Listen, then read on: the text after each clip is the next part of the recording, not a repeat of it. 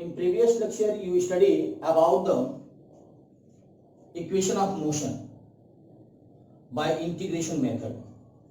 But today, we are going to study about the equation of motion by graphical method. First, we read about the relation between time, distance graph, time, displacement graph, time, velocity graph. सबसे पहले हम position time graph draw करने चल रहे हैं। Position time graph में अगर आप आते हो, आपको ग्राफ ड्रा करना होता तो एक बात ध्यान से याद रखिएगा कि हमेशा जो टाइम को रिप्रेजेंट करेंगे किसी भी सिचुएशन में, टाइम को हम एक्स एक्सिस पे रिप्रेजेंट करते हैं। आपने ज्योमेट्री में पढ़ा होगा, कोऑर्डिनेट ज्योमेट्री मैथमेटिक्स में, X O Y, this is horizontal line and this is vertical line. Horizontal and vertical intersecting point is called the origin, and this horizontal line x o x dash, which is called the abscissa or x dash x axis, and y o y dash is called the ordinate, which is called the y axis. It divides a plane in 4 parts. यह किसी plane को 4 part में divide करता है। तो जो हमें position versus time graph खींचना है, पोजीशन वर्सेस टाइम ग्राफ जो आप ड्रा करने जा रहे हो, हमने क्या किया, एक ग्राफ ड्रा किया। एक्स एक्सिस पे मैंने कहा हमेशा टाइम को रिप्रेजेंट करिएगा, वाई एक्सिस पे पोजीशन को। If graph is parallel to X axis, if graph parallel to X axis, then object is stationary. जब अगर एक्स एक्सिस के पैरेलल ग्राफ ड्रा होता है, किसी पॉइंट से हम एक्स एक्सिस के पैरेलल ग्राफ ड्रा कर रहे हैं, इसका मतलब वह ऑब्जेक्ट चला नहीं, स्टेशनरी पोजीशन में, मतलब रुका हुआ है। अगर ऑब्जेक्ट रुका है, टाइम बदल रही है, जैसे मैं इस समय हूं, टाइम चेंज हो रहा है, लेकिन मैं क्या हूं, स्टेशनरी ऑब्जेक्ट हूं। इस समय मेरी पोजीशन नहीं चेंज हो रही है। तो जब एक्स एक्सिस के पैरेलल चलेगा, इसका देखिए वाई एक्सिस पे कोई चेंजिंग नहीं आ रही है ऑब्जेक्ट में। वाई एक्सिस पे यदि ऑब्जेक्ट में कोई चेंजिंग नहीं, इसका मतलब स्टेशनरी ऑब्जेक्ट है। टाइम केवल चल रहा है, टाइम एक्स एक्सिस पे टाइम है, देखिए टाइम चेंज हो रहा है। देखिए यहां टाइम कुछ रहा होगा, यहां टाइम कुछ हो गया, यहां टाइम कुछ हो गया, लेकिन पोजीशन में कोई चेंजिंग नहीं आ रही है, तो इसे स्टेशनरी ऑब्जेक्ट कहा जाता है। दूसरा ग्राफ मैंने जो दिखाया है, position versus time graph. Position versus time graph जो है, वह अगर हमने यह ग्राफ, ऐसे डिफिनीशन देते समय मैंने पढ़ा दिया है, यदि ग्राफ ओ एक स्ट्रेट लाइन मिलता है, इसका मतलब जो भी बाइक या जो भी गाड़ी या जो भी चीजें चल रही हैं, वह यूनिफॉर्मली हर जगह सेम स्पीड से, जैसे कहते हैं यूनिफॉर्म मोशन। अब आप यूनिफॉर्म मोशन क्यों कहते हैं, देखिए यह यूनिफॉर्म मोशन करने का स्तर, यह एंगल थीटा, यह क्या है, यह भी एंगल उतना ही होगा क्योंकि कॉरस्पॉन्डिंग है, यह लाइन इसके पैरेलल है, यह लाइन, यह लाइन ओ एक्स पैरेलल मान लेते हैं पी क्यू और P Q parallel R S. तो कॉरस्पॉन्डिंग एंगल सेम होंगे, तो कॉरस्पॉन्डिंग एंगल सेम मतलब स्लोप सेम, और यदि स्लोप सेम, इसका मतलब वेलोसिटी सेम। इसका मतलब अगर वेलोसिटी सेम है तो ये तो पक्का होगा कि बॉडी में एक्सीलरेशन तो होना नहीं है। सेम वेलोसिटी, अरे भाई rate of change of velocity acceleration होता है। अगर वह वेलोसिटी में कोई चेंजिंग नहीं, अगर स्लोप में चेंजिंग नहीं है, तो इसका मतलब यूनिफॉर्मली मोशन हो रहा है। कहीं भी अगर स्लोप में चेंजिंग नहीं आ रही है, एंगल सेम आ रहा है हर जगह, इसका मतलब यह हुआ कि वह क्या हो रहा है, बॉडी यूनिफॉर्मली मोशन कर रही है। और यदि देखिए स्लोप में चेंजिंग आ रही है, यहां पे एंगल कुछ, यहां पे एंगल कुछ अलग है, ठीक है। या इस तरह ना ड्रा करके आप ऐसे ड्रा कर लो एक्स एक्सिस से। सपोज करो इस पॉइंट पे मैं ड्रॉ करता हूं, इस पॉइंट पे स्लोप कहां आ रहा है, इस पॉइंट का स्लोप यहां आया, इस पॉइंट का स्लोप यहां आया। देखिए एंगल चेंज हो रहा है, यह एंगल और इस एंगल में डिफरेंस है। इसका एंगल इंक्रीज हुआ है या ज्यादा हुआ है या कम हुआ है, इसका मतलब यह क्या हो रहा है बॉडी की वेलोसिटी लगातार चेंज हो रही है। इसमें वेलोसिटी चेंज हो रही है और वेलोसिटी चेंज हो रही है, इसका मतलब बॉडी यूनिफॉर्मली एक्सेलरेशन कर रही है। अगर ग्राफ ऐसा है तो बॉडी यूनिफॉर्मली एक्सेलरेशन कर रही है। समझ में आ गया? मैंने बताया 3 ग्राफ आपको।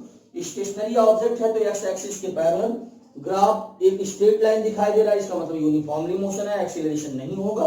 और यदि पोजीशन टाइम ग्राफ की बात कर रहा हूं, यदि यूनिफॉर्मली एक्सीलरेशन है तो एक कर्व होगा। कर्व हमेशा होना चाहिए एक्सीलरेशन के लिए। अब आइए, मैंने कहा आपको, अगर मैं यहां पे आपको पोजीशन वर्सेस कुछ टाइम ग्राफ बताया, कुछ और ग्राफ्स मैं बताता हूं। वेलोसिटी टाइम ग्राफ में अगर हमको ड्रा करना हो, अगर वेलोसिटी टाइम ग्राफ है तो वेलोसिटी टाइम ग्राफ में यहां पे देखिएगा, यह क्या है, इसकी वेलोसिटी माने ऑब्जेक्ट स्टेशनरी ऑब्जेक्ट है, रुका हुआ ऑब्जेक्ट है, ऑब्जेक्ट चल नहीं रहा है, वेलोसिटी कहां से होगी? मैंने वेलोसिटी 0, रुका हुआ ऑब्जेक्ट है, वेलोसिटी 0 होगी। और यदि वेलोसिटी 0, अच्छा क्या होगा डिस्प्लेसमेंट? 1 मिनट, सॉरी, थोड़ा सा मैं बैक आता हूं अपने बात को लेके। मैंने कहा यह क्या है, यूनिफॉर्मली मोशन नहीं है बल्कि स्टेशनरी ऑब्जेक्ट है। यदि ऑब्जेक्ट स्टेशनरी है और कहीं भी यदि इसमें कह दिया कि आप इससे और इससे बीच में कह दिया गया ए पॉइंट से चल के कोई ऑब्जेक्ट बी पर आ गया पोजीशन में, और इसके द्वारा जब भी एक्स एक्सिस जो एरिया फाइंड करते हो आप, जो एरिया फाइंड करते हो, यह डिस्प्लेसमेंट होता है। एक्स एक्सिस और गिवन पॉइंट के बीच की एरिया हमेशा क्या होगी? डिस्प्लेसमेंट होगी। जैसे इसमें आइएगा टाइम वेलोसिटी ग्राफ में, यहां बॉडी क्या कर रही है, देखिए एंगल सेम है, यूनिफॉर्मली एक्सीलरेशन। भाई देखिए वेलोसिटी तो चेंज हो रही है कि नहीं? अरे भाई पहले वेलोसिटी यहां थी, सपोज करता हूं u1 थी, इस समय वेलोसिटी यहां पहुंच गई u2, टाइम भी चेंज हुआ या t1 या t2, इसका मतलब वेलोसिटी में चेंज नहीं हो रहा है, बॉडी क्या कर रही है? एक्सीलरेट हो रही है, लेकिन यूनिफॉर्मली एक्सीलरेट हो रही है। बॉडी में यूनिफॉर्मली एक्सीलरेशन हो रहा है, मैंने बताया, यह बॉडी क्या कर रही है? यूनिफॉर्मली एक्सीलरेट हो रही है। अरे भाई वेलोसिटी यहां अलग थी, यहां अलग थी, यह तो मैंने बताया था, यह पोजीशन टाइम ग्राफ था। इस बार वेलोसिटी टाइम ग्राफ में आएंगे तो वेलोसिटी बार बार चेंज हो रही है, और वेलोसिटी चेंज हो रही टाइम के साथ, तो बॉडी यूनिफॉर्मली एक्सीलरेशन कर रहा है। आया? आइए कुछ मैं एनालिसिस करता हूं नेचर ग्राफ से कि कैसा हो सकता है सिचुएशन। अच्छा, डिस्टेंस टाइम ग्राफ में आएंगे ना, और एक्स एक्सिस के पैरेलल मैंने शुरू बता दिया स्टेशनरी ऑब्जेक्ट है, और डिस्टेंस टाइम ग्राफ में यदि ग्राफ ऐसा है तो डिस्टेंस वर्सेस टाइम ग्राफ है, डिस्टेंस वर्सेस टाइम ग्राफ है, डिस्टेंस वर्सेस टाइम ग्राफ है। तो डिस्टेंस वर्सेस टाइम ग्राफ में यदि लाइन स्ट्रेट लाइन है तो यहां चेक करिएगा, क्या स्लोप में चेंजिंग है? यह एंगल क्या है? अरे भाई बोलो, सेम एंगल है, यह लाइन इसके पैरेलल, यह लाइन इसके पैरेलल। यदि स्लोप सेम है तो इसका मतलब बॉडी जो है टाइम के साथ साथ डिस्टेंस को चेंज कर रही है, यूनिफॉर्म स्पीड से चल रही है। कैसे चल रही है? यूनिफॉर्म स्पीड से, यह स्पीड यूनिफॉर्मली है। यहां पे आइए, देखिए स्लोप डिफरेंट है। देखिए यहां अगर स्लोप लेंगे तो यह आता है, स्लोप होता क्या मैंने पीछे बताया था, एक्स एक्सिस के पॉजिटिव डायरेक्शन का एंगल, एक्स एक्सिस के पॉजिटिव डायरेक्शन का एंगल स्लोप होता है। तो एक्स एक्सिस से पॉजिटिव डायरेक्शन में देखिए यहां एंगल यह है, अगर यहां पे निकाल दें, ये पी पे एंगल था, P2 पे आइए, एंगल बढ़ गया, इसका मतलब धीरे धीरे एंगल बढ़ रहा है। और डिस्टेंस टाइम ग्राफ में यदि एंगल बढ़ रहा है तो स्पीड बढ़ रही है, और स्पीड बढ़ रही है, ऑब्जेक्ट की स्पीड बढ़ रही, चेंज हो रही है जगह जगह, स्लोप में डिफरेंस आ रहा है, इसका मतलब बॉडी यूनिफॉर्मली एक्सीलरेशन कर रही है ना, एक यूनिफॉर्म बॉडी क्या कर रही है? एक्सीलरेट हो रही है। ये बॉडी क्या हो रही है? एक्सीलरेट। अरे भाई हर जगह पे वेलोसिटी चेंज हो रही है, एंगल चेंज हो रहा है, तो वेलोसिटी नहीं, स्पीड चेंज हो रही है, और स्पीड चेंज हो रही है टाइम और यह तो यूनिफॉर्म स्पीड से चल रही थी, इसमें तो एक्सीलरेशन होगा नहीं। यहाँ स्पीड में चेंजिंग आ रही है क्योंकि स्लोप चेंज हो रहा है, एंगल चेंज हो रहा है। अरे भाई स्लोप ही तो एक्सीलरेशन होता है, एक्सीलरेशन बराबर स्लोप tan थीटा। एक्सीलरेशन में चेंजिंग मतलब स्लोप में चेंजिंग आ रही है, मतलब स्पीड में चेंजिंग आ रही है, और स्पीड में चेंजिंग अगर आती है तो बॉडी एक्सीलरेट होती है। यहाँ मानिए क्या हो रहा है, धीरे धीरे बढ़ रहा था एंगल, देखिए एंगल इंक्रीज कर रहा था, यहाँ लेंगे तो कुछ एंगल अलग आ जाएगा। यह इसमें आइएगा, इसमें एंगल क्या हो रहा है, एक एंगल तो यहां बना, अगर इसमें लेंगे तो एंगल यहां बनेगा। यह एंगल धीरे धीरे डिक्रीज हो रहा है, डिक्रीज हो रहा है माने बॉडी का एंगल धीरे धीरे डिक्रीज हो रहा है, माने स्लोप कम हो रहा है। स्लोप कम हो रहा है, इसका मतलब डिस्टेंस टाइम ग्राफ में यदि स्लोप कम हो रहा है तो गाड़ी की स्पीड कम हो रही है, और गाड़ी की यदि स्पीड कम हो रही है तो उसमें रिटार्डेशन हो रहा है, माने डी एक्सीलरेशन हो रहा है। एक्सीलरेशन निगेटिव, इसमें एक्सीलरेशन पॉजिटिव और इसमें एक्सीलरेशन निगेटिव। अरे भाई एंगल कम हो रहा है, यहाँ एंगल बढ़ रहा था तो एक्सीलरेशन हो रहा था, यहाँ एंगल घट रहा है, रिटार्डेशन हो रहा है। यह जो है अचानक से स्पीड बहुत बढ़ गई, इनफाइनाइट स्पीड हो गई। यहाँ पे ऐसा ग्राफ संभव, अरे ऐसा कभी हो ही नहीं सकता कि डिस्टेंस पहले ज्यादा हो धीरे धीरे कम होने लगे, ऐसा होगा? डिस्टेंस कम नहीं होता, डिस्प्लेसमेंट कम हो सकता है, डिस्टेंस कम नहीं होता, ये तो पॉसिबल ही नहीं है डिस्टेंस टाइम ग्राफ में। अब आइए इसी तरह वेलोसिटी में आते हैं, यही ग्राफ वेलोसिटी में चलाते हैं। अगर टाइम वेलोसिटी ग्राफ है तब क्या होगा, टाइम वेलोसिटी ग्राफ में स्टेशनरी ऑब्जेक्ट हो जाएगा, यह यूनिफॉर्म वेलोसिटी होगी उसकी। यहां पे आएंगे एक्सीलरेशन इंक्रीज करेगा, पॉजिटिव होगा, और वेलोसिटी भी पॉजिटिव होगी क्योंकि स्लोप बढ़ रहा है। यहां वेलोसिटी निगेटिव होगी, इसमें वेलोसिटी निगेटिव, एक्सीलरेशन भी निगेटिव, माने रिटार्डेशन हो रहा है। ओके, और यह वेलोसिटी अचानक से बहुत बढ़ जाएगी। तीसरी चीज होता है अगर ग्राफ ऐसा हो रहा है, अगर यह डिस्टेंस टाइम होता तो संभव नहीं, पॉसिबल ही नहीं। कहीं डिस्टेंस से तुरंत टाइम पे कहां कम होगा, टाइम के रिस्पेक्ट में डिस्टेंस कम थोड़ी होता है, डिस्टेंस धीरे बढ़ता जाएगा बल्कि। अब आइए हमने क्या कहा कि यहाँ पे आएंगे डिस्प्लेसमेंट टाइम ग्राफ है, तो डिस्प्लेसमेंट तो क्या होता है, शॉर्टेस्ट डिस्टेंस होती है। इसका मतलब यह हुआ यह ग्राफ धीरे धीरे क्या हो रहा है, कम हो रहा है, इसका मतलब वेलोसिटी कम हो रही है। वेलोसिटी, अरे भाई देखिए यूनिफॉर्म वेलोसिटी से चल रहा है लेकिन डाउन, अगर डाउन, एक मिनट, यह एंगल में कोई चेंजिंग नहीं है, इसका मतलब यह हुआ स्लोप में कोई चेंजिंग नहीं है। स्लोप में कोई चेंजिंग नहीं मतलब वेलोसिटी कांस्टेंट है, लेकिन नीचे डाउनवर्ड है तो नेगेटिव होगी, बस यही अंतर है। यूनिफॉर्म वेलोसिटी है, डाउनवर्ड है तो नेगेटिव। अगर यह कर्व ऐसा होता तो चेक करिए, अगर हम एंगल की बात करें, यह होगा, यहां होगा, इसका मतलब यह हुआ वेलोसिटी पॉजिटिव, एक्सीलरेशन पॉजिटिव। अगर कर्व डाउनवर्ड है, ऐसे है, वेलोसिटी नेगेटिव और एक्सीलरेशन भी नेगेटिव। तो यह कुछ चीजें थी जो ग्राफ से थी। मैंने ग्राफ का स्टेटमेंट जो दिया केवल थोड़ा सा आप याद रखिएगा, क्योंकि इससे कुछ नंबर आपके एग्जाम में तो नहीं आते, लेकिन कंपटीशन लेवल में कुछ ग्राफ देख के कहता है कि इसको आप क्या करो, एनालिसिस करो, ग्राफ कैसा है। ग्राफ एनालिसिस करना होता है, पैरेलल है तो स्टेशनरी है, ग्राफ सीधी रेखा मिलता है, यूनिफॉर्मली है, कोई भी ग्राफ हो। कर्व होने लगता है तो अगर कर्व अपवर्ड है, कर्व अपवर्ड जा रहा है तो एक्सीलरेशन, डाउनवर्ड जा रहा है रिटार्डेशन, माने नेगेटिव। यही बस इतना इंपॉर्टेंट चीज इसकी थी। लेकिन आज जो हमें पढ़ना है ग्राफिकल मेथड से इक्वेशन को प्रूव करना। इक्वेशन जो तीनों मैंने इंटीग्रेशन मेथड से प्रूव किया, उसको आज मैं ग्राफिकल मेथड से प्रूव करूंगा। तीनों इक्वेशन ग्राफिकल मेथड से प्रूव होगा। यह 9th में आप हो सकता है पढ़े हो। ग्राफिकल मेथड से तीनों इक्वेशन को प्रूव करना। चले, जो यूनिफॉर्म एक्सीलरेशन होगा तो हमें जो ग्राफ ड्रा करना होगा, अरे भाई हमने जो इक्वेशन बताया था यूनिफॉर्म एक्सीलरेशन के लिए बताया था, और यूनिफॉर्म यदि एक्सीलरेशन है तो जो ग्राफ ड्रा होगा वह वेलोसिटी वर्सेस टाइम होगा।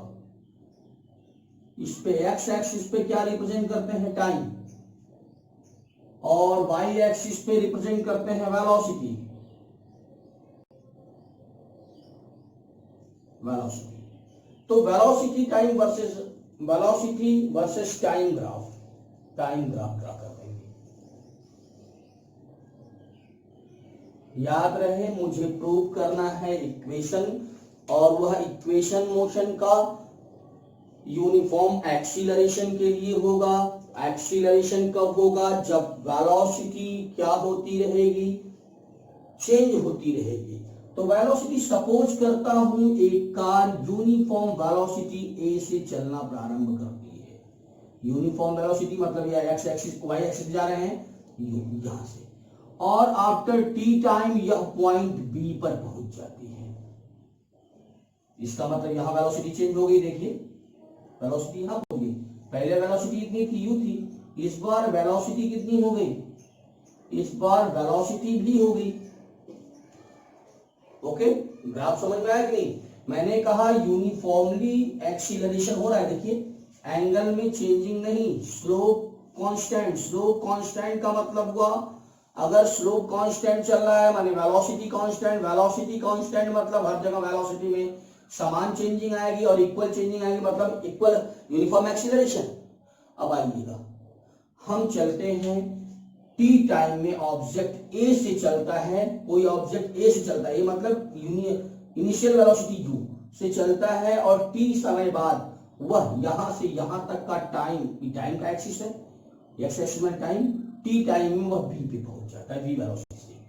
तो इसका एक्सीलरेशन क्या होगा, न्यूमेरिकल में मैंने बताया है हमेशा, एक्सीलरेशन का मतलब स्लोप। एक्सीलरेशन का मतलब क्या, स्लोप, ठीक है।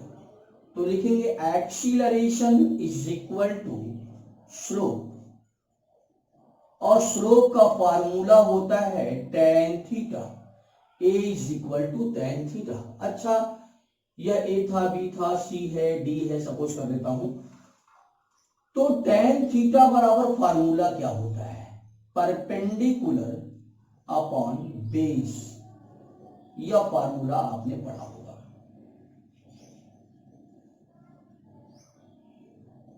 ऐसा पढ़ा है आपने, perpendicular upon base.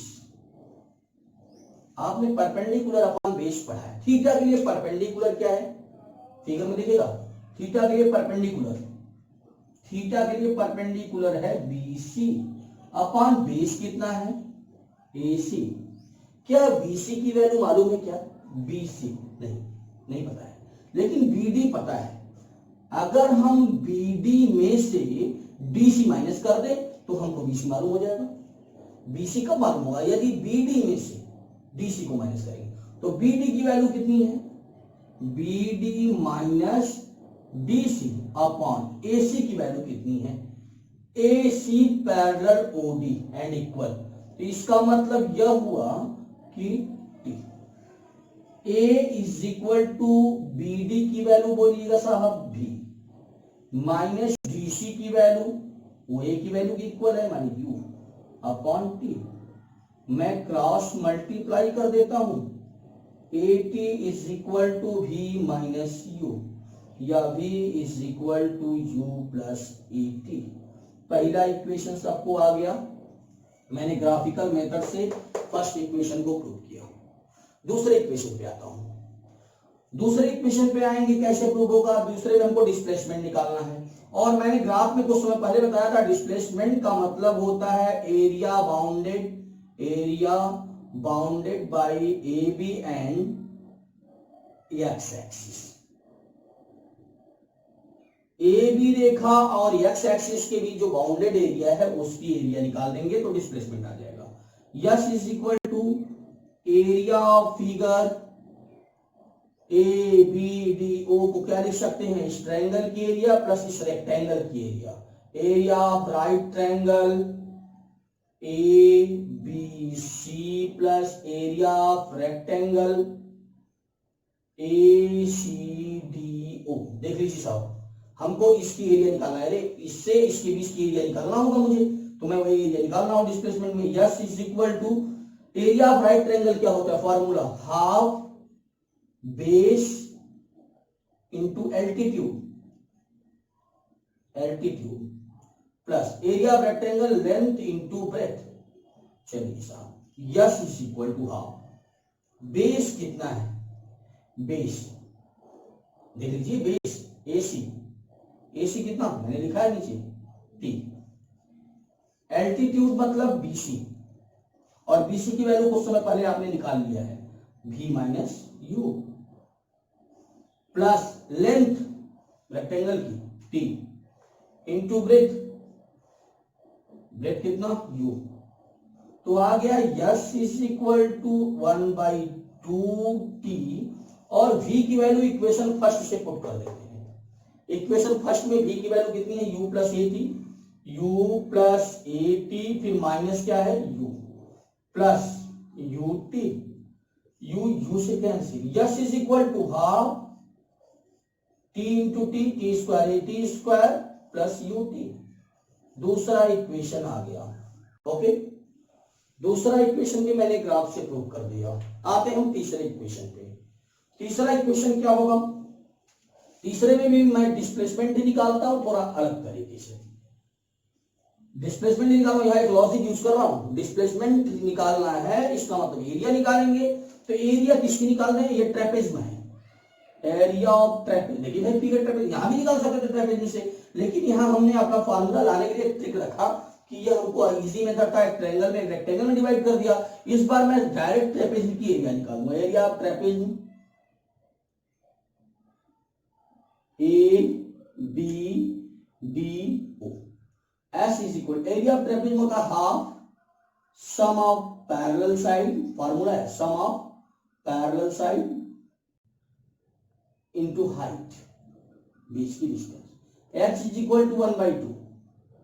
Some of parallel side कितना है? u और प्लस बी। अरे भाई ये इसके पैरेलल है ना, तो u प्लस बी इंटू बीच की डिस्टेंस, हाइट कितनी है पैरेलल साइड की? t। लेकिन हमको तीसरी इक्वेशन में एक लॉजिक ये यूज करना है कि हमें तीसरे v square equal to u square plus 2as, t नहीं लाना है, t हटा दीजिए। s इज इक्वल, टी लाना नहीं तो टी हटाइए, u प्लस भी इंटू टी को हम लिख सकते हैं। देखिए यहां से इक्वेशन से टी को क्या लिखा सकता है? v minus u upon a, v minus u upon a. अब यह 2 इंटू ए को यहां मल्टीप्लाई कर देते हैं, तो 2as is equal to v plus u, v minus u. 2as is equal to a plus b, a minus b का formula v square minus u square, या v square is equal to transfer करके लाते हैं u square plus 2as।